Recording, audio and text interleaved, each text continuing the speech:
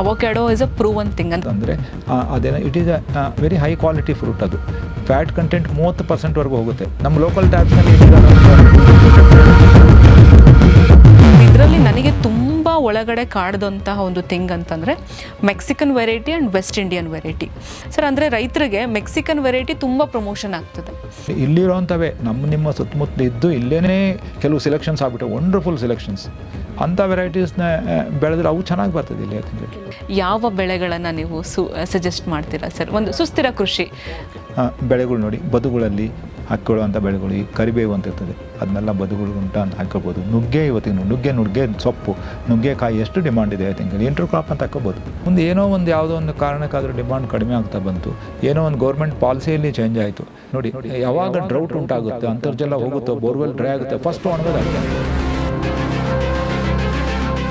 Simple technique borewell recharging ಮಾಡ್ಕೊಳ್ಳಿ ಅಂದ್ರೂ ಕೂಡ ಮಾಡೋಣ ಬಿಡಿ ಮೇಡಮ್, ನಮಗೆ ತುಂಬ ಇದೆ ನೀರು. ದರೆ ಹತ್ತಿ ಉರಿಯುವಾಗ ಬದುಕಲ್ಲಿ ಓಡಿಯೋದಾಗುತ್ತೆ. ಎಲ್ಲೂ ಓಡ್ತಾರೋ, ಎಲ್ಲೂ ಹೋಗಿ ಸಾಧ್ಯ. ಇಂಡಿಯಾದಲ್ಲಿ ಎಷ್ಟು ಸಬ್ಸಿಡಿ ಇದೆ ರೈತರು, ಅದು ಎದ್ದು ಕಾಣ್ತಾ ಇಲ್ಲ ಹೊರಗಡೆ. ಅದು ಈ ಪಾಡ್ಕಾಸ್ಟ್ ಮುಖಾಂತರ ರೈತರಿಗೆ ಏನಾದರೂ ಹೇಳೋದಿದ್ರೆ ಅಂದರೆ, ರೈತರು ಯಾವುದೇ ಕಾರಣಕ್ಕೂ ಎದೆಗುಂದಬೇಕಾಗಿಲ್ಲ, ನಿರಾಶರಾಗಬೇಕಾಗಿಲ್ಲ, ಮಿಸ್ಗೈಡು ಆಗಬೇಕಾಗಿಲ್ಲ.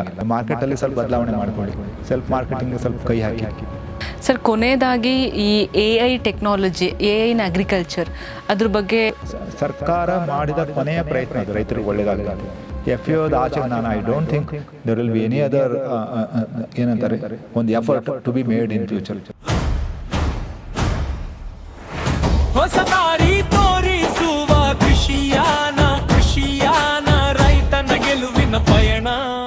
ಸರ್ ನನ್ನ ಒಂದು ನೆಕ್ಸ್ಟು ಮುಂದಿನ ಪ್ರಶ್ನೆ ಅಂದರೆ ಮೋಸ್ಟ್ಲಿ ಇದು ಕೊನೆ ಪ್ರಶ್ನೆ ಆಗಿರುತ್ತೆ ಒಂದು ಪಾಡ್ಕಾಸ್ಟಿಗೆ ಅಂತ ಅನ್ಕೋತೀನಿ. ಅವೊಕ್ಯಾಡೋ ಇಸ್ ಅ ಪ್ರೂವನ್ ಥಿಂಗ್. ಅಂದರೆ ಇವಾಗ ಎಲ್ಲ ಕಡೆ ರೈತರಿಗೆ ಅದು ಗೊತ್ತಾಗ್ತಿದೆ, ಅದರ ಅವೇರ್ನೆಸ್ ಬರ್ತಿದೆ, ಎಲ್ಲನೂ ಬರ್ತಿದೆ. ಸೊ ಇದರಲ್ಲಿ ನನಗೆ ತುಂಬ ಒಳಗಡೆ ಕಾಡ್ದಂತಹ ಒಂದು ಥಿಂಗ್ ಅಂತಂದರೆ Mexican variety and West Indian variety.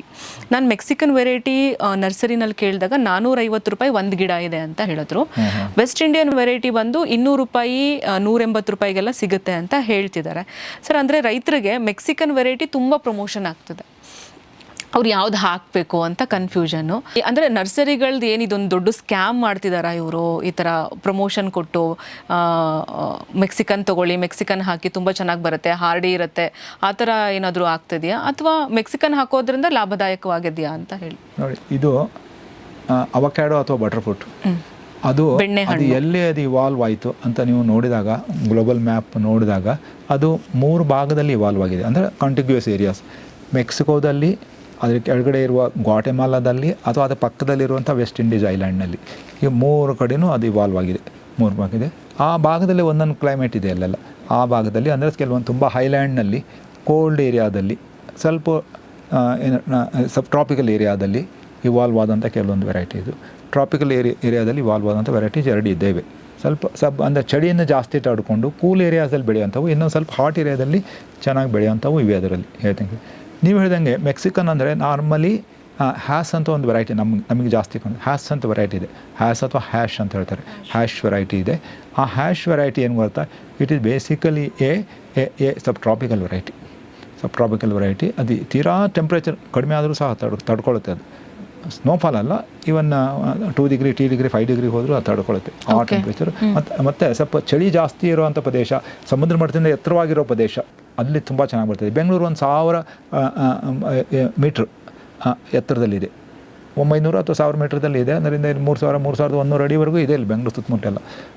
ಅಲ್ಲೇ ಈ ಹ್ಯಾಶ್ ವೆರೈಟಿ ಅಂತ ಹೇಳಿದ್ವಲ್ಲ, ಅದು ಓಕೆ ಪರವಾಗಿಲ್ಲ ಅನ್ನೋಷ್ಟು ಮಟ್ಟಿಗೆ ಬರುತ್ತೆ, ಚೆನ್ನಾಗಿ ಬರ್ತದೆ. ಅದೇ ಲೋಯರ್ ಆಲ್ಟಿಟ್ಯೂಡಲ್ಲಿ ಬರಲ್ಲ. ಲೋಯರ್ ಆಲ್ಟಿಟ್ಯೂಡಲ್ಲಿ ಅದ್ರ ಗಿಡ ಏನು ಸಾಯಲ್ಲ, ಬಟ್ ಪರ್ಫಾರ್ಮೆನ್ಸ್ ಕಡಿಮೆ ಇರ್ತದೆ. ಕ್ವಾಲಿಟಿ ಆಫ್ ಫ್ರೂಟ್ಸ್ ಆಗಲಿ ಮತ್ತು ಸೈಜ್ ಅವೆಲ್ಲ ಕಡಿಮೆ ಆಗ್ತಾ ಹೋಗುತ್ತೆ ಅಲ್ಲಿ. ಮತ್ತು hash itself is a small sized fruit. ಅದು even in best areas, even in America, ಕ್ಯಾಲಿಫೋರ್ನಿಯಾದಲ್ಲಿ ಸಹ ಅದು ಅವಾಗಿನಿಂದನೂ ಅದಕ್ಕೆ ಅದ್ರ ಮೇಲೆ ಒಂದು ಕಾಮೆಂಟ್ಸ್ ಇದ್ದೇ ಇದೆ. ಈವನ್ ಅಮೇರಿಕಾದಲ್ಲಿ ಸಹ it is a small fruit ಅಂತೇಳಿ. ಅದು ನಾವು ಏನು ಮಾಡೋಕ್ಕೆ, ಜೆನೆಟಿಕ್ ಅದು. ಇಲ್ಲಿನೂ ಅಷ್ಟೇ ಸ್ಮಾಲ್ ಆಗಿ ಉಳ್ಕೊಳ್ತದೆ, ಸ್ವಲ್ಪ ಚೆನ್ನಾಗಿ ಕೇರ್ ಮಾಡಿದ್ರೆ ಓಕೆ. ಕ್ಯಾಲಿಫೋರ್ನಿಯಾದ ಸೈಜೇ ಬರುತ್ತೆ ಇಲ್ಲಿ. ಅದನ್ನು ಸ್ವಲ್ಪ ಎಲಿವೇಟೆಡ್ ಏರಿಯಾಸ್ನಲ್ಲಿ ಅಂದರೆ ಬೆಂಗಳೂರು ಟೈಪ್ ಆಫ್ ಕ್ಲೈಮೇಟ್ ಇರೋದಲ್ಲಿ ಕೋಲಾರ, ಚಿಕ್ಕಬಳ್ಳಾಪುರ ಇಂಥ ಏರಿಯಾದಲ್ಲಿ ನಾವು ಬೆಳ್ಕೊಬೋದು ಅದು ಅಂಥವ್ರು ಅವ್ರಿಗೆ ಅಡ್ವೈಸ್ ಮಾಡ್ಬೋದು. ಲೋಯರ್ ಏರಿಯಾದಲ್ಲಿ ಟ್ರಾಪಿಕಲ್ ವೆರೈಟೀಸ್ ಇದ್ದೇವಲ್ಲ, ಟ್ರಾಪಿಕಲ್ ವೆರೈಟೀಸ್ ಬೇಕಾದಷ್ಟು ಹೇಳ್ತೀನಿ. ವೆಸ್ಟ್ ಇಂಡಿಯನ್ ವೆರೈಟೀಸ್ ಇಲ್ಲಿರೋಂಥವೇ ನಿಮ್ಮ ಸುತ್ತಮುತ್ತ ಇದ್ದು ಇಲ್ಲೇ ಕೆಲವು ಸೆಲೆಕ್ಷನ್ಸ್ ಆಗಿಬಿಟ್ಟು ವಂಡರ್ಫುಲ್ ಸೆಲೆಕ್ಷನ್ಸ್, ಬೇಕಾದ ಸೆಲೆಕ್ಷನ್ಸ್ ಆಗಿದೆ. ನಾವು ಕೆಲವು ಸೆಲೆಕ್ಷನ್ಸ್ ಮಾಡಿದ್ದೇವೆ. ಅಂಥ ವೆರೈಟೀಸ್ನ ಬೆಳೆದ್ರೆ ಅವು ಚೆನ್ನಾಗಿ ಬರ್ತದೆ ಇಲ್ಲಿ. ಕೆಲವೊಂದು ವೆರೈಟಿ ಹೆಸರು ಫಾರ್ ಎಕ್ಸಾಂಪಲ್ ಕಾವೇರಿ ಗ್ರ್ಯಾಂಡ್ ಅಂತಿದೆ, ಕಾವೇರಿ ಗ್ರ್ಯಾಂಡ್. ಮತ್ತೆ ಇವನ್ ಮೊನ್ನೆ ಕೆಲವು ನಮ್ಮ ಪಟೇಲ್ ಸೂಪರ್ ಅಂತ ಒಂದು ಹಾಕಿದ್ದೇವೆ. ಮತ್ತೆ ಆಯಚರ್ದವರು ಅರ್ಕಾ ಸುಪ್ರೀಂ ಅಂತ ಹಾಕಿದ್ದಾರೆ. ಅರ್ಕಾ ಕೂರ್ಗ್ ರವಿ ಅಂತ ಒಂದು ಮಾಡಿದ್ದಾರೆ. ಗ್ರೀನ್ ಗ್ರ್ಯಾಂಡ್ ಅಂತ ಒಂದಿದೆ. Green grand. ಮತ್ತೆ ಇವನ್ ಮರಿಗೌಡ ಅಂತ ಒಂದು ವೆರೈಟಿ ಹೊಸದಾಗಿ ಈಗ ನೇಮ್ ಆಗಿದೆ ಅಲ್ಲಿ, ಮರಿಗೌಡ ಅಂತ ಒಂದು ಮರಿಗೌಡ ಹೆಸರು ಒಂದ್ ಕಡೆ ಇಟ್ಟಿದ್ದಾರೆ. ಮತ್ತು ಇದು ಬೇರೆ ಬೇರೆ ವೆರೈಟೀಸ್ ಇನ್ನು ಸುಮಾರಷ್ಟು ರೈತರೇ ಅಥವಾ ನರ್ಸರಿಯವರೆಲ್ಲ ಇದು ಮಾಡಿದ್ದಾರೆ, ಹೆಸರು ಕೊಟ್ಕೊಂಡಿದ್ದಾರೆ. ಈಗ ಬಿ ಎನ್ ಅಂತೇಳಿ ಬೆಂಗಳೂರು ನರ್ಸರಿಯವರು ಬಿ ಎನ್ ಗೋಲ್ಡ್ ಅಂತಿದ್ದಾರೆ, ಬಿ ಎನ್ ರೆಡ್ ಅಂತ ಒಂದು ಮಾಡ್ಕೊಂಡಿದ್ದಾರೆ. ಬೇರೆ ಬೇರೆ ವೆರೈಟೀಸ್ ರಿಲೀಸ್ ಆಗಿವೆ, ಅವು ಸಹ ಗುಡ್ ವೆರೈಟೀಸೇ. ಅಂಥ ವೆರೈಟೀಸ್ನ ನಾವು ಬೆಳ್ಕೊಬೋದು ಅಷ್ಟೇ. ಇವನ್ ಲೋಯರ್ ಆಲ್ಟಿಟ್ಯೂಡ್ ಇದ್ರೂ ಬೆಂಗಳೂರು ಕ್ಲೈಮೇಟಲ್ಲಿ ಚೆನ್ನಾಗಿ ಬರ್ತದೆ. ಬಟ್ ಹಾಸ್ ವೆರೈಟಿ ಏನಂತಂದರೆ, ಹಾಸ್ ವೆರೈಟಿದು ಒಂದು ಗುಣಧರ್ಮ ಏನಂತಂದರೆ ಅದೇನೋ it is a very high quality fruit. ಅದು ಫ್ಯಾಟ್ ಕಂಟೆಂಟ್ 30% ಹೋಗುತ್ತೆ. ನಮ್ಮ ಲೋಕಲ್ ಟೈಪ್ಸ್ನಲ್ಲಿ ಇಟ್ ಈಸ್ ಅರೌಂಡ್ 18, 19, 20 ಅಷ್ಟೇ ಇರೋದು. ಅಲ್ಲಿ 30% ಹೋಗುತ್ತೆ ಅದು, 30%. ಮತ್ತು ವೆರಿ ಗುಡ್ ಕೀಪಿಂಗ್ ಕ್ವಾಲಿಟಿ, ತುಂಬ ಕೀಪಿಂಗ್ ಕ್ವಾಲಿಟಿ. ಸ್ಮಾಲ್ ಸೀಡು, ಒಳಗಡೆ ಸ್ಮಾಲ್ ಸೀಡ್, ಸ್ಮಾಲು ಸೀಡು ಸ್ಮಾಲೇ. ಮತ್ತು very high quality, very high tasty pulp, yellowish pulp.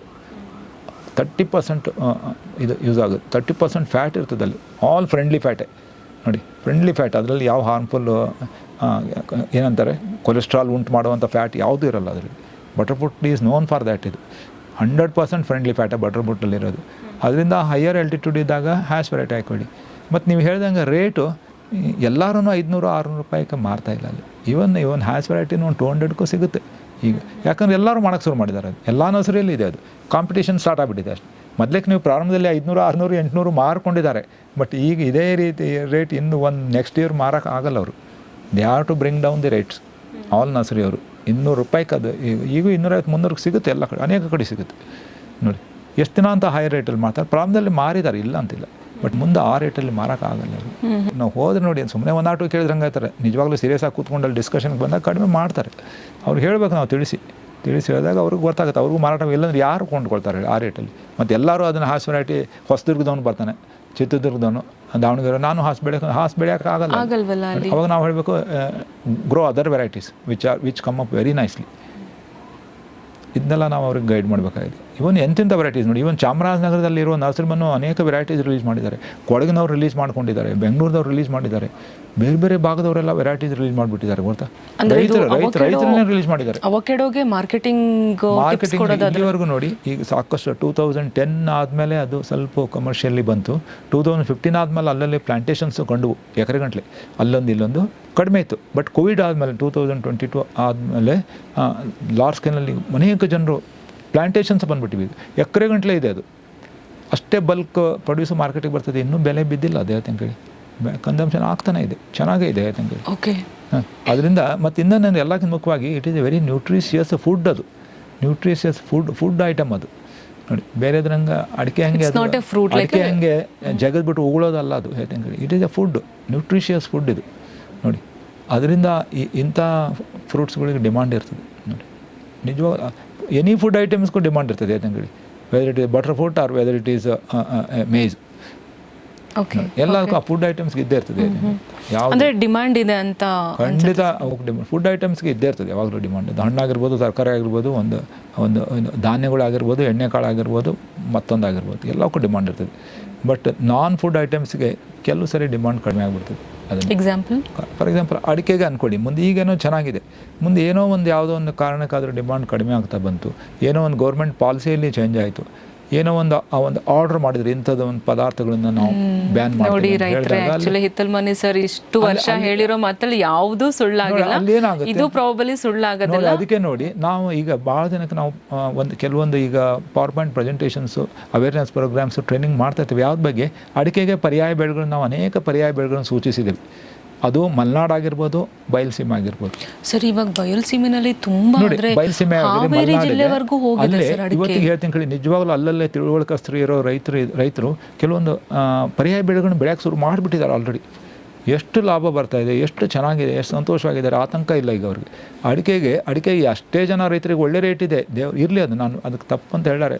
ಎಲ್ಲಿವರೆಗೂ ಒಳ್ಳೆ ರೇಟ್ ಇರ್ತದೆ ಅಲ್ಲಿವರೆಗೂ ರೈತರಿಗೆ ಒಳ್ಳೇದಾಗುತ್ತೆ. ರೇಟ್ ಕಡಿಮೆ ಆದಾಗ ಪ್ರಾಬ್ಲಮ್ ಆಗಿ ಶುರುವಾಗುತ್ತೆ ಗೊತ್ತಾ. ಮತ್ತು ಇನ್ನೊಂದು ಏನಂತಂದರೆ ಅಡಿಕೆಗೆ ಅವಾಗಿವಾಗ ಬರುವ ಡ್ರೌಟ್ಗಳು, ಕುಸಿಯುವ ಅಂತರ್ಜಲ, ಇವೆಲ್ಲ ಆದಾಗ ನೋಡಿ, ಯಾವಾಗ ಡ್ರೌಟ್ ಉಂಟಾಗುತ್ತೆ, ಅಂತರ್ಜಲ ಹೋಗುತ್ತೋ, ಬೋರ್ವೆಲ್ ಡ್ರೈ ಆಗುತ್ತೆ, ಫಸ್ಟ್ ಒಣಗೋದು ಅಡಿಕೆನೆ. ಹೌದು.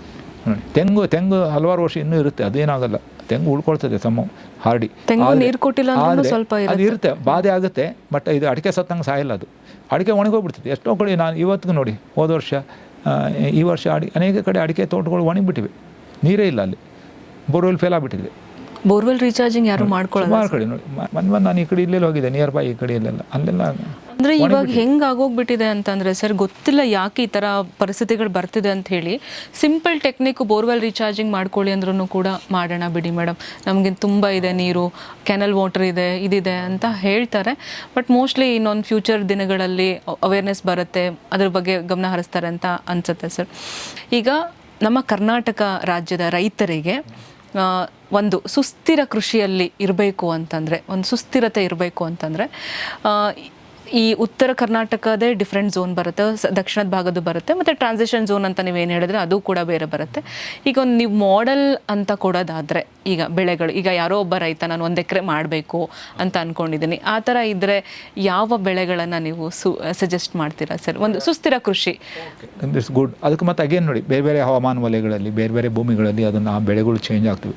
ಮಲೆನಾಡಲ್ಲಿ, ಮಲೆನಾಡಲ್ಲಿ ಬೇರೆ ಚೇಂಜ್ ಆಗುತ್ತೆ, ಬಯಲುಸೀಮೆಯಲ್ಲಿ ಚೇಂಜ್ ಆಗುತ್ತೆ, ಬ್ಲ್ಯಾಕ್ ಸಾಯಿಲಲ್ಲಿ ಚೇಂಜ್ ಆಗುತ್ತೆ, ಲ್ಯಾಟ್ರಲ್ ಸಾಯಿಲಲ್ಲಿ ಚೇಂಜ್ ಆಗುತ್ತೆ, ಕರಾವಳಿಯಲ್ಲಿ ಚೇಂಜ್ ಆಗುತ್ತೆ, ಮಳೆ ಪ್ರಮಾಣದಲ್ಲಿ ಚೇಂಜ್ ಆಗುತ್ತೆ. ಇವೆಲ್ಲ ನೋಡಿಕೊಂಡು ನಾವು ಅಲ್ಲೇ ಅವ್ರಿಗೆ ರೆಕಮೆಂಡ್ ಮಾಡಬೇಕಾಗುತ್ತೆ. ಬಟ್ ಇನ್ನೊಂದು ಮುಖ್ಯವಾಗಿ ನಾನು ಹೇಳ್ತೇನೆ ಗೊತ್ತಾ, ಸ್ವಲ್ಪ ಇಂಟಿಗ್ರೇಟೆಡ್ ಆಗಿರೋದು ಬೆಟ್ರ್ ಅನ್ಸುತ್ತೆ. ಯಾವುದೇ ಒಂದೇ ಬೆಳೆ ಮೇಲೆ ಅವಲಂಬಿತ ಆಗಬೇಡಿ, ಹಲವಾರು ಬೆಳೆಗಳನ್ನು ಸಹ ಅಲ್ಲಿ ಹಾಕಿಕೊಡಿ. ದೊಡ್ಡ ಪ್ರಮಾಣದಲ್ಲಿದ್ದರೂ ಕೆಲವು ನಾನು ಈಗಾಗಲೇ ಹೇಳ್ತೇನೆ ನೋಡಿ, ಕೆಲವೊಂದು ಬರೀ ಬೆಳಂಕಿಯಲ್ಲಿರುವಂಥ ಗಿಡಗಳಿಂದನೂ ಸಾಕಷ್ಟು ಇನ್ಕಮ್ ಬಂದಿದೆ, ಅಂಥವನ್ನೂ ಸ್ವಲ್ಪ ಹಾಕ್ಕೊಳ್ಳಿ, ಅದನ್ನೂ ಸೇರಿಸ್ಕೊಳ್ಳಿ. ಪ್ರತಿನಿತ್ಯವೂ ಇನ್ಕಮ್ ಬರೋವಂಥದ್ದು ಹಾಕ್ಕೊಳ್ಳಿ. ನೋಡಿ ಹೇಳ್ದಂಗೆ ಅದು ಬರ್ತದೆ, ಹೇಳ್ದಂಗೆ ಪ್ರತಿನಿತ್ಯವೂ ಇನ್ಕಮ್ ಬರ್ತದೆ ಕೆಲವುದರಲ್ಲಿ. ಫಾರ್ ಎಕ್ಸಾಂಪಲ್ ಇಲ್ಲೆಲ್ಲ ನೋಡಿ, ನಾ ಹೇಳ್ತೇನೆ, ಇಲ್ಲ ಶಿರಾ, ಮಧುಗಿರಿ ಅಲ್ಲೆಲ್ಲ ತೆಂಗಿನ ತೋಟಗಳಲ್ಲಿ, ಅಡಿಕೆ ತೋಟಗಳಲ್ಲಿ ಕನಕಾಂಬರ ಮತ್ತು ಕಾಕಡ ಹಾಕ್ಕೊಂಡಿದ್ದಾರೆ. ಪ್ರತಿನಿತ್ಯವೂ ಹಾರ್ವೆಸ್ಟಲ್ಲಿ, ಪ್ರತಿನಿತ್ಯವೂ income.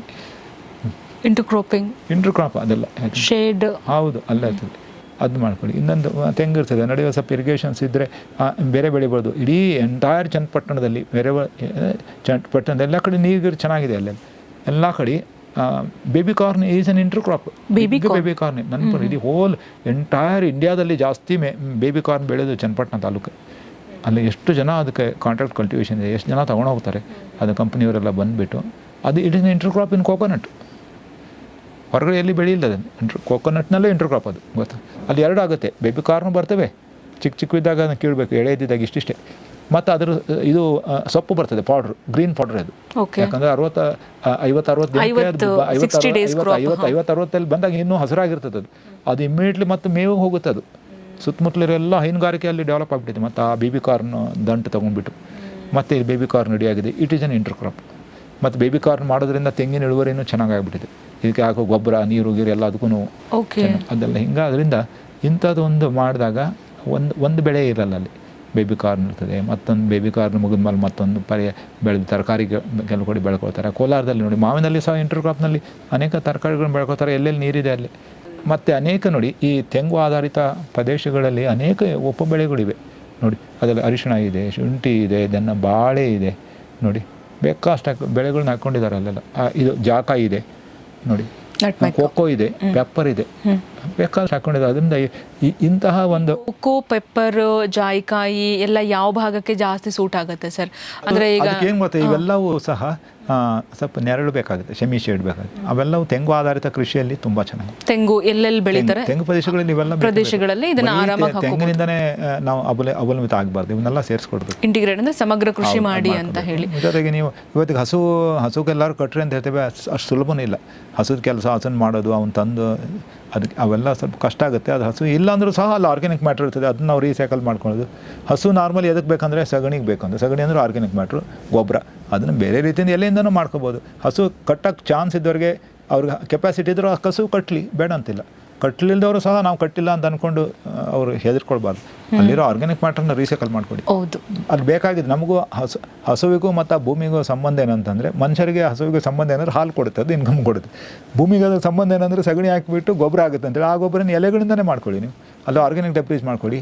Mix the entire the crop into the soil. ಆ ರೀತಿ ಆಗುತ್ತೆ ನೋಡಿ. ಆ ರೀತಿ ಆದಾಗ ಹಸು ಇಲ್ಲಾಂದ್ರೂ ನೀವು ಭಯ ಬೀಳ್ಬೇಡಿ. ಹಸು ಇಲ್ಲಾಂದ್ರೂ ನೀವು ಇಂಟಿಗ್ರೇಟೆಡ್ ಫಾರ್ಮ್ನಲ್ಲಿ ಹಸು ಅಂದ್ರೆ ಏನು ನಿಮ್ಮಲ್ಲಿ ಎಲೆಗಳು ಉದುರುತ್ತೆ, ಎರೆಹುಳು ಗೊಬ್ಬರದ ಇದನ್ನ ಮಾಡ್ಕೊಳ್ಳಿ, ನೀವು ಒಂದು ಯೂನಿಟ್ ಹಾಕೊಳ್ಳಿ, ಎರೆಹುಳು ತೊಟ್ಟಿ ಮಾಡ್ಕೊಳ್ಳಿ, ಅದನ್ನ ಮಾಡ್ಕೊಳ್ಳಿ.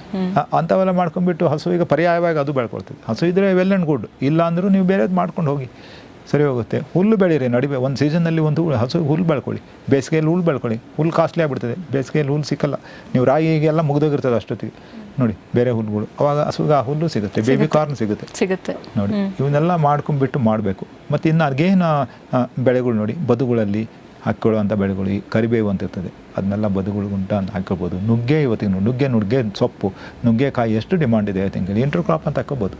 ನೆಲ್ಲಿಕಾಯಿ ಹಾಕ್ಕೋಬೋದು. ನೆಲ್ಲಿಕಾಯಿ ಹಾರ್ಡಿಯಾಗಿ ಬೆಳೆತದೆ. ಅದಕ್ಕೂ ಬೇಕಾದಷ್ಟು ಈ ಕಂಪ್ನಿಯವರೆಲ್ಲ ಮಾರ್ಕೆಟಲ್ಲಿ ಒಳ್ಳೆ ರೇಟ್ ಇದೆ. ಬೆಟ್ಟದ ನೆಲ್ಲಿಗೆ, ನುಗ್ಗೆ ಸೊಪ್ಪಿಗೆ ನೋಡಿ, ನುಗ್ಗೆ ಸೊಪ್ಪು ಇವತ್ತಿಗೆ ಬೇಕು. ಇವರು ಆರ್ಗ್ಯಾನಿಕಲಿ ಬೆಳೆದ್ರೆ ಅದಕ್ಕೆ ಕ್ಯಾಪ್ಸೂಲ್, ಮೊರಿಂಗಾ ಕ್ಯಾಪ್ಸೂಲ್, ಅದನ್ನು ಮೊರಿಂಗಾದ ಪೌಡರ್ ಮತ್ತು ನುಗ್ಗೆಕಾಯಿಗೂ ಡಿಮಾಂಡ್ ಇರ್ತದೆ. ಅದೇನು ವೇಸ್ಟ್ ಏನಾಗಲ್ಲ ಹೇಳ್ತಂಗೆ ಕೇಳಿ ನೋಡಿ. ಇವೆಲ್ಲ ಇರೋದ್ರಿಂದ, ಇವೆಲ್ಲ ಹಾಕ್ಕೊಳ್ಳೋದ್ರಿಂದ ಒಂದಿಲ್ದ ಒಂದು ಇನ್ಕಮ್ ಬರ್ತದೆ, ಜಾಸ್ತಿ ಇನ್ಕಮ್ ಬರ್ತದೆ. ಪರ್ ಯೂನಿಟಲ್ಲಿ ಜಾಸ್ತಿ ಬರ್ತದೆ ಅವ್ರಿಗೆ ನೋಡಿ. ಯಾವುದೋ ಒಂದು ಅವ್ರನ್ನ ಕೈ ಹಿಡಿಯುತ್ತೆ, ಚೆನ್ನಾಗಿ ಕೈ ಹಿಡಿಯುತ್ತೆ. ಕೆಲವು ಹಲಸುಗಳನ್ನ ಹಾಕೊಳ್ಳಿ. ಡಾಂಗ್ ಸೂರ್ಯ ಅಂತ ಹೇಳಿದೆ ನೋಡಿ ನಾನು, ಒಂದೇ ಹಣ್ಣು 1,000 ರೂಪಾಯಿಗೆ ಹೋಯ್ತು ಅಂತ ಒಂದು 8-10 ಗಿಡನ ಬದುಗಳು ಹತ್ರ ಹಾಕೊಳ್ಳಿ, ಬೇಲಿ ಹತ್ರ ಹಾಕೊಳ್ಳಿ ನೋಡಿ. ಅದೇ ನಿಮ್ಮ ಏರಿಯಾಕ್ಕೆ ಧಕ್ಕೆ ಬರಲ್ಲ. ಅಲ್ಲಿ ನೀವು ಬೇರೆ ಬೆಳೆಗಳನ್ನ ಬೆಳಿತಾನೆ ಇರಿ. ಅವು ಇರ್ತವೆ ಪಾಪ, ಅವು ಬಾರ್ಡರ್ ಇರುತ್ತೆ ಸಾಕಷ್ಟು. ಅಂದ್ರೆ ಖಾಲಿ ಇರುವಂತಹ ಜಾಗದಲ್ಲಿ ಈ ತರ ಎಲ್ಲ ಹಾಕೊಂಡು ಪಾಕೆಟ್ ಮನಿ ಮಾಡ್ಕೊಳ್ಳಿ ಅಂತ ಹೇಳ್ತಾ ಇದ್ದೀರಾ ಸರ್? ಅಂದ್ರೆ ಪ್ರತಿದಿನ ನೇರಳೆಯಲ್ಲಿ ಒಳ್ಳೊಳ್ಳೆ ವೆರೈಟೀಸ್ ಬಂದಿದೆ ಇವತ್ತು. ನೇರಳೆಯಲ್ಲಿ ಲಾರ್ಜ್ ಸ್ಕೇಲಲ್ಲಿ ನೇರಳೆ ಬೆಳೆದ್ರೆ ಪ್ರಾಬ್ಲಮ್ ಆಗುತ್ತೆ, ಒಪ್ತೇನೆ ನಾನು. ಯಾಕಂದ್ರೆ ಮಾರ್ಕೆಟಿಂಗ್ ಕಷ್ಟ ಅಲ್ಲಿ, ಹಾರ್ವೆಸ್ಟಿಂಗ್, ಮಾರ್ಕೆಟಿಂಗ್ ಅವೆಲ್ಲ. ಯಾಕಂದ್ರೆ ಹೈಲಿ ಪರಿಷಬಲ್ ಕಮಾಡಿಟಿ ಅದು. ಬಟ್ ಕೆಲವು ಗಿಡ ಹಾಕೊಳ್ಳಿ, ಒಂದು 4 ಗಿಡ ಹಾಕೊಳ್ಳಿ, ಅದನ್ನ ಈಸಿಯಾಗಿ ಮಾರ್ಕೆಟ್ ಮಾಡ್ಕೋಬೋದು. 4 ಗಿಡ ಸೆಲ್ಫ್ ಮಾರ್ಕೆಟಿಂಗೇ ಮಾಡ್ಬೋದು ನೀವು ಅಲ್ಲಿ. 100 ರೂಪೀಸ್ ಕಾಲ್ ಕೆಜಿ. ಅದೇ ಹೇಳ್ತೇನೆ, ನೀವು ಅದನ್ನ ಸಣ್ಣ ಬಾಕ್ಸ್ಗಳಲ್ಲಿ ಹಾಕಿಬಿಟ್ಟು ಅಪಾರ್ಟ್ಮೆಂಟ್ಗಳಿಗೆ ಬೇರೆ ಬೇರೆಯವರಿಗೆ ಜನಕ್ಕೆ ಅದನ್ನ ಕಟ್ ಮಾಡಿ ರೌಂಡ್ ಅಬೌಟ್ ಬೆಂಗಳೂರು ಮಾಡಿ ಬೇರೆ ಊರಿಗೂ ತಗೊಂಡು ಅದನ್ನ ನೀವು ಹಾಕಿದ್ದನ್ನು ತಗೊಂಡೋಗಿ ಮಾರ್ಕೆಟ್ ಮಾಡೋರು ಇದ್ದಾರೆ ಇವತ್ತಿಗೆ. ಹೌದು. ಈ ಕೊಡಗಿನಲ್ಲಿ ಎಷ್ಟೋ ಜನ ಅಲ್ಲಿ ನಿರುದ್ಯೋಗಿ ಯುವಕರು ಬಟರ್ ಫ್ರೂಟನ್ನು ಬೆಂಗಳೂರಿಗೆ ತಂದು ಮಾರಾಟ ಮಾಡ್ತಿದ್ದಾರೆ ನೋಡಿ. ಅವೆಲ್ಲ ಹುಟ್ಕೊಳ್ತಾರೆ ಅವರೆಲ್ಲ, ಅವರೆಲ್ಲ ಅಲ್ಲಿ ಹುಟ್ಕೊಳ್ತಾರೆ ಅವರು. ಒಂದು ಮಾರ್ಕೆಟಿಂಗ್ ಚೇನ್ ಉಂಟಾಗುತ್ತೆ ಅಲ್ಲಿ ಗೊತ್ತಾ. ಅದರಿಂದ ಆಲ್ ಆರ್ ಅದಕ್ಕೆ ಏನಂತ ಹೇಳ್ತಾರೆ ಗೊತ್ತಾ, ವಿನ್ ಸಿಚುವೇಶನ್ ಅಂತ. ಬೆಳೆದವ್ರಿಗೂ ಒಳ್ಳೆ ರೇಟ್ ಸಿಗುತ್ತೆ, ಇನ್ನು ಮಾರ್ಕೊಂಡವ್ರು ಅವರು ಬದುಕೊಳ್ತಾರೆ ನೋಡಿ. ಅದರಿಂದ ವಿನ್ ಸಿಚುವೇಶನ್ ಆಗೋ ರೀತಿಯಲ್ಲಿ ನಾವು ಅದನ್ನು ಡೆವಲಪ್ ಮಾಡಬೇಕು. ಸರ್, ಈ ಪಾಡ್ಕಾಸ್ಟ್ ಮುಖಾಂತರ ರೈತರಿಗೆ ಏನಾದರೂ ಹೇಳೋದಿದ್ರೆ, ಅಂದರೆ ಸಾಕಷ್ಟು ವಿಷಯಗಳನ್ನು ನೀವು ಈ ಪಾಡ್ಕಾಸ್ಟ್ ಒಂದು ನಾನು ಹೇಳ್ತೇನೆ ರೈತರಿಗೆ ನೋಡಿ. ನಾವು ರೈತರಿಗೆ ಏನು ಹೇಳ್ತೇನೆ ಅಂದರೆ ನೋಡಿ, ರೈತರು ಯಾವುದೇ ಕಾರಣಕ್ಕೂ ಎದೆಗುಂದಬೇಕಾಗಿಲ್ಲ, ನಿರಾಶರಾಗಬೇಕಾಗಿಲ್ಲ, ಮಿಸ್ಗೈಡು ಆಗಬೇಕಾಗಿಲ್ಲ. ನೀವು ಇದರಲ್ಲಿ ವಿಜ್ಞಾನದಲ್ಲಿ ನಂಬಿಕೆ ಇಡಿ, ಅಧಿಕಾರಿಗಳಲ್ಲಿ ನಂಬಿಕೆ ಇಡಿ, ಮತ್ತು ತಾಂತ್ರಿಕತೆಯಲ್ಲಿ ನಂಬಿಕೆ ಇಡಿ. ನಾವೆಲ್ಲ ನಿಮ್ಮ ಜೊತೆಗೆ ಇರ್ತೀವಿ, ನಾವು ಗೈಡ್ ಮಾಡ್ತೇವೆ. ಜೆನ್ಯೂನ್ ಆಗಿ ನೀವು ವಿಜ್ಞಾನಿಗಳನ್ನ, ಅಧಿಕಾರಿಗಳನ್ನ ಅಥವಾ ಹಿತಚಿಂತಕರನ್ನ ನಂಬಿದರೆ ಅವರಿಗೆ ಮೋಸ ಆಗಲ್ಲ. ಅದನ್ನು ಬಿಟ್ಟು ಬೇರೆಯವ್ರನ್ನೆಲ್ಲ ತಪ್ಪಾಗಿ ನಂಬಿದರೆ ಅಲ್ಲೇ ತೊಂದರೆ ಆಗುತ್ತೆ. ಅಂಥದ್ದೇನು ಮಾಡೋಕ್ಕೆ ಹೋಗಬೇಡಿ. ಆಮಿಷಗಳಿಗೆ ಅಥವಾ ತಪ್ಪು ಮಾಹಿತಿಗೆ ನೀವು ಶರಣಾಗಬೇಡಿ, ಭ್ರಮೆಗೆ ಒಳಗಾಗಬೇಡಿ. ರಿಯಾಲಿಟಿನ ಅರ್ಥ ಮಾಡ್ಕೊಳ್ಳಿ. ಮತ್ತು ಉಳಿದೋದಕ್ಕೆಲ್ಲ ಮಾಡ್ತೇವೆ. ಸರ್ಕಾರದ ಬೆನಿಫಿಟ್ಟೆಲ್ಲ ನಾವು ನಿಮಗೆ ಬರೋ ಹಾಗೆ ವ್ಯವಸ್ಥೆ ಮಾಡ್ತೇವೆ. ಬೇಕಾದಷ್ಟು ಸರ್ಕಾರದವ್ರ ಬೆನಿಫಿಟ್ ಇದೆ. ರಸಗೊಬ್ಬರಕ್ಕೂ ಲಾಟ್ ಆಫ್ ಸಬ್ಸಿಡಿ ಇದೆ ಗೊತ್ತಾ. ನನ್ನ ಪ್ರಕಾರ ಹೇಳ್ತೀನಿ ಕೇಳಿ, ಬೇರೆ ಯಾವ ದೇಶದಲ್ಲಿ ಸಬ್ಸಿಡಿ, ಸರ್ಕಾರಗಳ ಸ್ಕೀಮ್ ಕುರಿತೇ ಒಂದು ಎಪಿಸೋಡ್ ಮಾಡ್ಬೋದು ಅಂತ ನೋಡಿ. ರಸಗೊಬ್ಬರಕ್ಕೆ ಇಂಡಿಯಾದಲ್ಲಿ ಎಷ್ಟು ಸಬ್ಸಿಡಿ ಇದೆ, ರೈತರಿಗೆ ಅದು ಎದ್ದು ಕಾಣ್ತಾ ಇಲ್ಲ ಹೊರಗಡೆ. ಅದು ಇಲ್ಲ ಸರ್, ಗೊತ್ತಿಲ್ಲ. ಅಂದ್ರೆ ರೈತರಿಗೆ ರಸಗೊಬ್ಬರಗಳಿಗೆ ಸಬ್ಸಿಡಿ ಕೊಡ್ತಾ ಇದೆ, ಸರ್ಕಾರ ಕೊಡ್ತಾ ಇದೆ ಅಂತ ಕೆಲವು ರೈತರುಗಳಿಗೆ ನೋಡಿ. ಇವತ್ತಿಗೆ ಸರ್ಕಾರದವರು ರಸಗೊಬ್ಬರಿಗೆ ಸಬ್ಸಿಡಿ ಕೊಡಲಿಲ್ಲ ಅಂತಂದರೆ ರೈತರು ಕೊಂಡ್ಕೊಳಕ್ಕೆ ಆಗ್ತಿದ್ದಿಲ್ಲ ಆ ಗೊಬ್ಬರಗಳನ್ನೇ. ಅಷ್ಟು ಸಬ್ಸಿಡಿ ಇದೆ ಅದಕ್ಕೆ ಗೊತ್ತಾ. ಹಾಗೆ ಇನ್ನೂ ಜಾಸ್ತಿ ಸಬ್ಸಿಡಿ ಬೇಕಂದರೆ ಅದು ಎಲ್ಲರೂ ಆಶೆ ಅದಾಗಿದ್ರೆ ಅದು ಆಗುತ್ತೆ ನೋಡಿ. ಅದರಿಂದ ಇವೆಲ್ಲ ಇವೆ ಅಂತ ಹೇಳಿ, ಅದರಿಂದ ನೀವು ಈ ವಿಜ್ಞಾನದಲ್ಲಿ, ತಾಂತ್ರಿಕತೆಯಲ್ಲಿ ನಂಬಿಕೆ ಇಡಿ. ಒಳ್ಳೊಳ್ಳೆ ಕ್ರಾಪ್ಸ್ ಇದೆ, ಒಳ್ಳೊಳ್ಳೆ ವೆರೈಟೀಸ್ ಇವೆ. ಮಾರ್ಕೆಟಲ್ಲಿ ಸ್ವಲ್ಪ ಬದಲಾವಣೆ ಮಾಡ್ಕೊಳ್ಳಿ, ಸೆಲ್ಫ್ ಮಾರ್ಕೆಟಿಂಗ್ ಸ್ವಲ್ಪ ಕೈ ಹಾಕಿ. ಮತ್ತು ರೈತರು ನೀವೆಲ್ಲ ಸೆಲ್ಫ್ ಮಾರ್ಕೆಟಿಂಗ್, ಹೌದು, ನೀವೆಲ್ಲ ಸೇರಿ ಅಲ್ಲಿ ಫಾರ್ಮರ್ ಪ್ರೊಡ್ಯೂಸರ್ ಕಂಪ್ನಿ ಇವೆ, ನಿಮ್ಮದೇ ಫಾರ್ಮರ್ ಪ್ರೊಡ್ಯೂಸರ್ ಕಂಪ್ನಿ ನಿಮಗಾಗಿ ಇರೋದು. ನೀವೆಲ್ಲ ಅಲ್ಲಿ ಜಾಸ್ತಿ ಉತ್ಸಾಹದಿಂದ ನೀವೆಲ್ಲ ಭಾಗಿಯಾಗಿಬಿಟ್ಟು ಅಲ್ಲಿ ಕೆಲವೊಂದು ಬೇರೆ ಬೇರೆ ಪ್ರಯತ್ನಗಳು ಮಾಡಿ ಇನ್ಪುಟ್ಗಳನ್ನ ಹೋಲ್ಸೇಲಲ್ಲಿ ಖರೀದಿಸಿದಾಗ ನಿಮಗೆ ಕಡಿಮೆ ರೇಟಲ್ಲಿ ಸಿಗುತ್ತೆ. ಮತ್ತು ಎಲ್ಲರೂ ತಾಂತ್ರಿಕತೆಯನ್ನು ನೀವು ಒಬ್ರಿಗೊಬ್ಬರು ಅರ್ಥ ಮಾಡ್ಕೊಳ್ಬೋದು, ಟೂರ್ ಹೋಗ್ಬೋದು, ಸಕ್ಸಸ್ ಸ್ಟೋರೀಸ್ನೆಲ್ಲ ನೋಡ್ಕೊಂಡು ರೈತ ಉತ್ಪಾದಕರ ಸಂಘ ತರ ಮಾಡ್ಕೊಳ್ಳಿ, ಇವನ್ ಮಾರಾಟಕ್ಕೂ ಹೆಲ್ಪ್ ಆಗುತ್ತೆ, ಮಾರಾಟಕ್ಕೆ ಹೆಲ್ಪ್ ಆಗುತ್ತೆ. ಮತ್ತು ಅವರು ಇವರೆಲ್ಲ ರೈತ ಉತ್ಪಾದಕ ಸಂಸ್ಥೆ ಪರವಾಗಿ ಎಲ್ಲನೂ ಒಳ್ಳೊಳ್ಳೆ ಸಕ್ಸಸ್ ಸ್ಟೋರೀಸ್ ಇದ್ರೆ ಅಲ್ಲೆಲ್ಲ ಹೋಗಿ ನೋಡ್ಕೊಂಬರ್ಲಿ, ಅವೆಲ್ಲ ಆಗುತ್ತೆ. ಐತಿಂಗ ಸಂಘಟನೆ ಅಂತಂದ್ಮೇಲೆ ಅದಕ್ಕೊಂದು ಬಲ ಇರ್ತದೆ, ಆ ಸಂಘಟನೆಯಲ್ಲಿ ತೊಡಗಿಸ್ಕೊಳ್ಳಿ, ಅಂದರೆ ಒಗ್ಗಟ್ಟಿನಲ್ಲಿ ಬಲವಿದೆ. ಮತ್ತು FPOಗೆ ಮೆಂಬರ್ ಆಗಿ ಅಂತ ಹೇಳಬೇಕು, ಮತ್ತು FPOಗಳನ್ನು ಚೆನ್ನಾಗಿ ನಡೆಸಿ ಅಂತೇಳಿ ನಾನು ಹೇಳೋದು ಅಷ್ಟೇ. ಆ FPOಗಳಿದ್ದು ರೈತರಿಗಾಗಿ, ಅದನ್ನೇ ಅವರು ಅಲ್ಲೇ ಏನಾದರೂ ಹಾಳು ಮಾಡ್ಕೊಂಡ್ಬಿಟ್ರೆ ದಟ್ ಸರ್ಕಾರ ಮಾಡಿದ ಕೊನೆಯ ಪ್ರಯತ್ನ ಅದು ರೈತರಿಗೆ ಒಳ್ಳೇದಾಗಲಿ ಅಂತ. FPOದ ಆಚೆಗೆ ನಾನು I don't think there will be any other ಏನಂತಾರೆ ಒಂದು effort to be made in future. FPOನೇ ಅಲ್ಟಿಮೇಟ್, ಅದು ರೈತರಿಗಾಗಿರೋದು, ರೈತರೇ ನಡೆಸೋವಂಥದ್ದು. ಅಲ್ಲಿನೂ ಸಹ ಅಲ್ಲಿ ಏನಾದರೂ ತೊಂದರೆ ಮಾಡ್ಕೊಂಬಿಟ್ರೆ ಅವರು ಮುಂದೆ ಏನು ಮಾಡೋದು ಹೇಳಿ, ಎಲ್ಲಿ ಹೋಗ್ತಾರೆ? ದರೆ ಹತ್ತಿ ಉರಿಯುವಾಗ ಬದುಕಲ್ಲಿ ಓಡಿಯುವಂತ ಆಗುತ್ತೆ. ಎಲ್ಲೂ ಓಡ್ತಾರೆ ಅವ್ರು, ಎಲ್ಲೂ ಹೋಗಿ ಸಾಧ್ಯತೆ. ಕೊನೆಯ ಪ್ರಯತ್ನ ಅದು FPOನ ಚೆನ್ನಾಗಿ ಉಳಿಸ್ಕೊಳ್ಬೇಕು, ಚೆನ್ನಾಗಿ ಬೆಳೆಸ್ಕೊಳ್ಬೇಕು, ಚೆನ್ನಾಗಿ ಪ್ರಯೋಜನ ತೊಗೊಳ್ಬೇಕು FPOದು. ನೋಡಿ FPOದಲ್ಲಿ ಎಷ್ಟು ಅಡ್ವಾಂಟೇಜ್ ಅಂದರೆ ಇದು ಸುಮಾರು ರೈತರುಗಳಿಗೆ FPO ಅಂದರೆ ಅಲ್ಲಿರೋರು ಯಾರು ಎಲ್ಲರೂ ರೈತರೇ, ಅಲ್ಲಿರೋರು ಎಲ್ಲರೂ ರೈತರೇ. FPO ಅಂದರೆ ರೈತ ಉತ್ಪಾದಕ ಸಂಸ್ಥೆ ಅವ್ರದ್ದು, ಅದು ಅದನ್ನು ಸರಿಯಾಗಿ ಅದನ್ನು ಅರ್ಥ ಮಾಡ್ಕೊಂಡ್ಬಿಟ್ಟು ಅದನ್ನು ಬಲಪಡಿಸ್ಕೊಳ್ಬೇಕು. ನಾನು ಅದನ್ನೇ ಹೇಳಿದೆ, FPOನ ನೀವು ಬಲಪಡಿಸ್ಕೊಳ್ಳಿ, ಬಿಕಮ್ ಮೆಂಬರ್ ಆಫ್ ದ್ಯಾಟ್. ಎಷ್ಟು FPOs ಇವೆ ಗೊತ್ತಾ? ಕೆಲವೊಂದು ತುಂಬ ಚೆನ್ನಾಗಿ ಕೆಲಸ ಮಾಡ್ತೇವೆ, ಕೆಲವೊಂದು ಅಷ್ಟಾಗಿ ಚೆನ್ನಾಗಿ ಮಾಡ್ತಾಯಿಲ್ಲ, ಪ್ರಾಬ್ಲಮ್ಸ್ ಇವೆ ಕೆಲವು ಕಡೆ.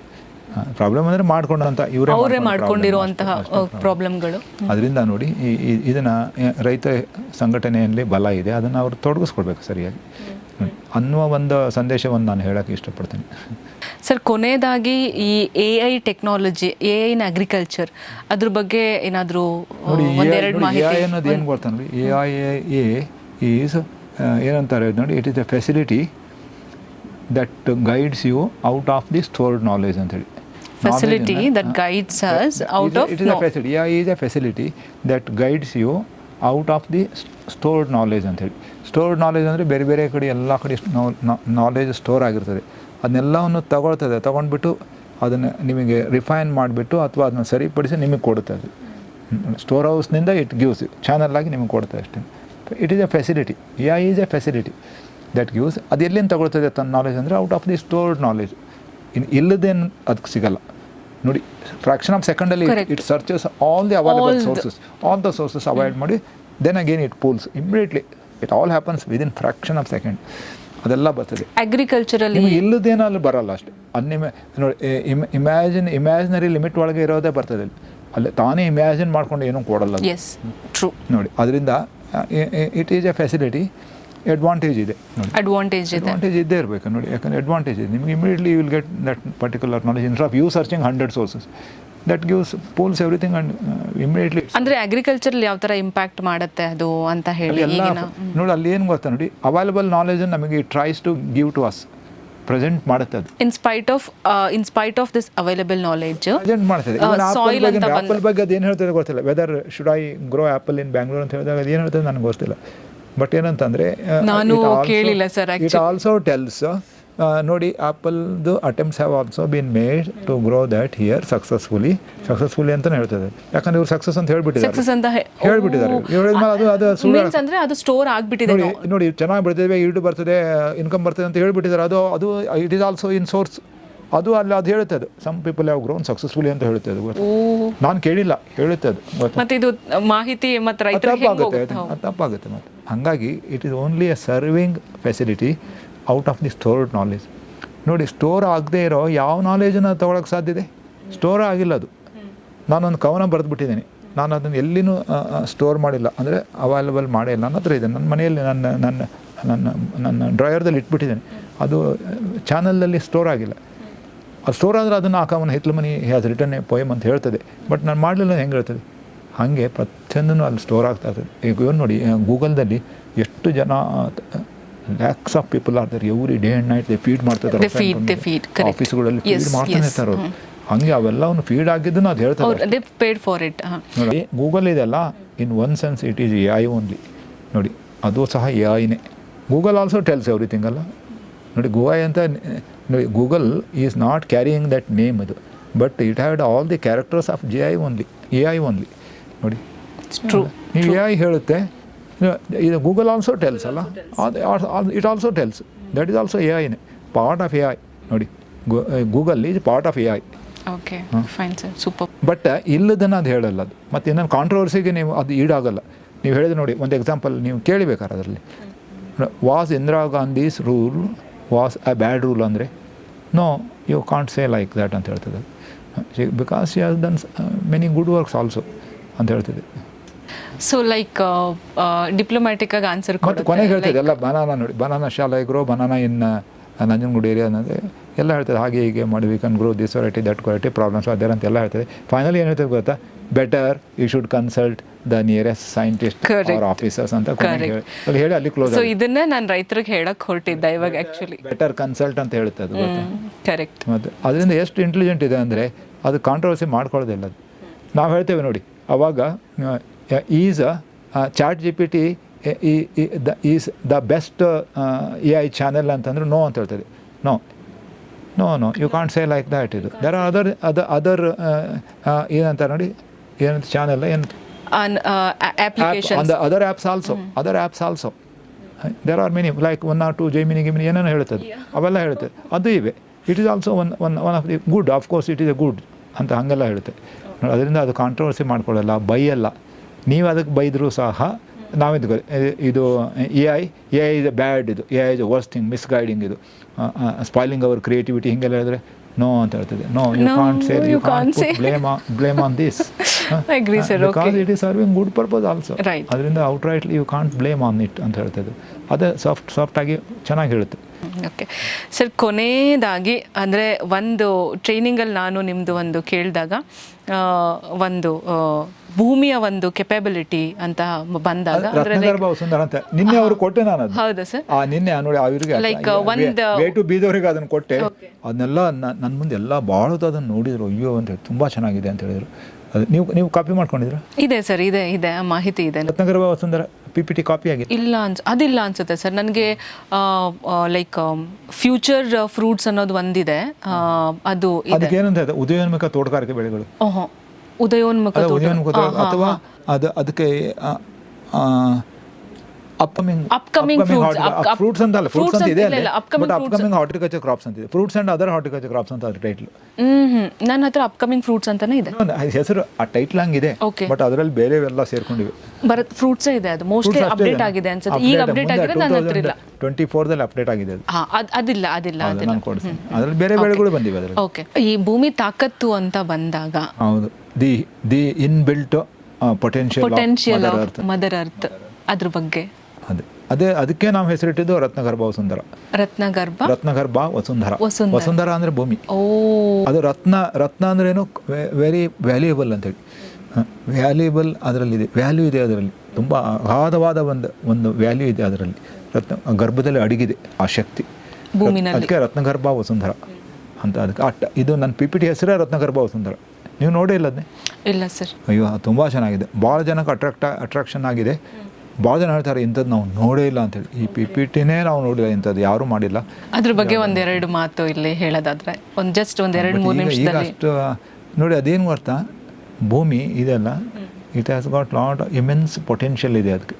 ಅದನ್ನು you have to understand and try to exploit it ಅಂತೇಳಿ. ಅದನ್ನು ಮಾಡೋಕ್ಕೆ ಏನೇನು ಮಾಡಬೇಕು, ಯಾವ ರೀತಿ ಮಾಡಬೇಕು, ಅಂದರೆ ಭೂಮಿನಲ್ಲಿ what are the crops, what are the technology, what are the methodology, when to do it, way to do it ಅಂತ. ಆ ರೀತಿ ಅದನ್ನು how to exploit the immense inbuilt capacity of the mother earth ಅಂತ ಅದಿದೆ. ಅದರಲ್ಲಿ ಒಂದು ಪಾಯಿಂಟಲ್ಲಿ ಬರುತ್ತೆ, ಹೇಳ್ತೀನಿ ಕೇಳಿ, ಒಂದು ಸ್ಲೈಡಲ್ಲಿ. ಈವನ್ ಇನ್ನು ಮಾಡ್ರೇಟ್ಲಿ ಏನಂತಾರೆ ನೋಡಿ, ಕಲ್ಟಿವೇಟೆಡ್ ಕಂಡೀಷನ್ಸಲ್ಲಿ, ಇನ್ನು ರೇನ್ಫೆಡ್ ಕಂಡೀಷನ್ಸಲ್ಲಿ ದಿ ಅಲ್ಟಿಮೇಟ್ ಅಂತಂದರೆ the potential of 1 acre of ಇದು irrigated agriculture gives 1000 rupees per square meter. 1000 rupees per square meter. ಅಂದರೆ ಒಂದು ಕಂಡೀಷನಲ್ಲಿ, ಇರಿಗೇಷನ್ ಕಂಡೀಷನಲ್ಲಿ ಇವನ್ ನೋಡಿ, ಇವನ್ ದಿ ಗುಡ್ ಪೊಟೆನ್ಷಿಯಲ್ ಇದೆಯಲ್ಲ, ಸಾಕಷ್ಟು ಅಪ್ರಿಷಿಯಬಲ್ ಪೊಟೆನ್ಷಿಯಲ್ ಈಸ್ ಅದು minimum 1000 rupees per acre. 1000 rupees per square meter. Square metre 1000 ರೂಪಾಯಿ square metre ಅಷ್ಟೇ. Square ಮೀಟ್ರಿಗೆ ಒಂದು ₹1,000 ಬರೋ ಪೊಟೆನ್ಷಿಯಲ್ ಇರ್ತದೆ. ನಾವು ಅದನ್ನು ಎಕ್ಸ್ಪ್ಲಾಯ್ಟ್ ಮಾಡಿದ ಹಾರ್ಡ್ಲಿ ಒಂದು ₹2 ₹5 ಸಹಿತ ಮಾಡ್ಕೊಂಡಿಲ್ಲ. ಅದೇ ರೀತಿ ರೇನ್ಫೆಡ್ ಕಂಡೀಷನ್ಸಲ್ಲಿ 1 ಸ್ಕ್ವೇರ್ ಮೀಟ್ರದಲ್ಲಿ ₹300 ಬರ್ತದೆ ವರ್ಷಕ್ಕೆ. ಇದು ವರ್ಷಕ್ಕೆ ವರ್ಷಕ್ಕೆ ₹300. ಅಂದರೆ ಇವಾಗ 1 ಎಕರೆ ಅಂತಂದರೆ 1 ಎಕರೆ ಅಂದರೆ ಆಯ್ತು. 1 ಎಕರೆ ಇರಿಗೇಟೆಡ್ ಲ್ಯಾಂಡ್ ಇತ್ತಂದರೆ ನೀವು ಚೆನ್ನಾಗಿ ಅದನ್ನು ಅರ್ಥ ಮಾಡ್ಕೊಂಡು ಯುಟಿಲೈಸ್ ಮಾಡಿಕೊಂಡ್ರೆ potential is up to ₹40 lakhs. 40 ಲಕ್ಷ ಆಗುತ್ತೆ 1 ಸ್ಕ್ವೇರ್ ಮೀಟ್ರಿಗೆ. ₹400 ಆದರೆ ಅಥವಾ ₹300 ಆದರೆ 30 to 40 lakhs ಆಗುತ್ತೆ. ಯಾಕಂದರೆ 4,000 square metre is 1 acre. 4,000 square metre is 1 acre. 10,000 square metre is 1 hectare. 4,000 into 300 ಆದರೆ ಅಥವಾ 400 ಆದರೆ 1,000 ಆದರೆ ಎಷ್ಟಾಗುತ್ತೆ? 40 lakhs ಆಗುತ್ತೆ. 40 lakhs under irrigated conditions and 3 lakhs under dry land conditions minimum ಬರುತ್ತೆ. 1,000 ಇಂಟು 4,000 40 lakhs. 40 lakhs ಇದೆ ಇರಿಗೇಟೆಡ್. 40 lakhs ಅಲ್ಟಿಮೇಟ್ ಪೊಟೆನ್ಷಿಯಲ್ ಆ ರೀತಿ ಇದೆ. ಬಟ್ ಅದನ್ನು why you are not reached ಅಂದರೆ there are reasons for not reaching that ultimate potential. Okay, ಅಂದರೆ ನಮ್ಮ ಭೂಮಿಯ ತಾಕತ್ ಅದಕ್ಕೆ ರತ್ನಗರ್ಭ ವಸುಂಧರ ಅಂತೀವಿ. ಬೇರೆ ಯಾವ ಹೆಸರು ಇಡೋಕ್ಕಾಗಲಿಲ್ಲ ನನಗೆ. ರತ್ನಗರ್ಭ ವಸುಂಧರ ಅಂತ ಇಟ್ಬಿಟ್ಟೆ ಅದಕ್ಕೆ ನಾನು. ಇನ್ನೇನು ಅದಕ್ಕೆ ಯಾವುದು ಇಡ್ತೀರಿ ಹೇಳಿ? 40 lakhsವರೆಗೂ ಅದ್ರ ಪೊಟೆನ್ಷಿಯಲ್ ಇದೆ. How much you have exploited? Hardly 40,000 ಆಗಿಲ್ಲ ಎಷ್ಟೋ ಕಡೆ. ಅಂದರೆ ಸರ್, ನಿಮ್ಮ ಒಂದು ಇಷ್ಟು ವರ್ಷದ ಎಕ್ಸ್ಪೀರಿಯನ್ಸಲ್ಲಿ ನಿಮ್ಮಿಂದ ಈ ಮಾತು ಬರ್ತಿದೆ ಅಂತಂದರೆ ಖಂಡಿತ ಅದು ಸತ್ಯವಾಗಿರುತ್ತೆ.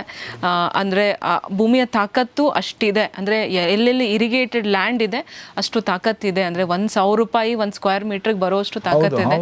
ಅದು ದಯವಿಟ್ಟು ನಮ್ಮ ರೈತರುಗಳು ಅರ್ಥ ಮಾಡ್ಕೋಬೇಕು. ಅಂದರೆ ಕೃಷಿಯನ್ನು ಸುಸ್ಥಿರವಾಗಿ ಕರ್ಕೊಂಡು ಹೋಗ್ಬೋದು ಮುಂದಿನ ಪೀಳಿಗೆ. ನಿಮಗೆ 40 lakhs rupees per acre Indian irrigated conditions ಬರಬೇಕಂದ್ರೆ ಸುಮ್ಮನೆ ಮ್ಯಾಜಿಕ್ನಿಂದ ಬರಲ್ಲ ಅದು.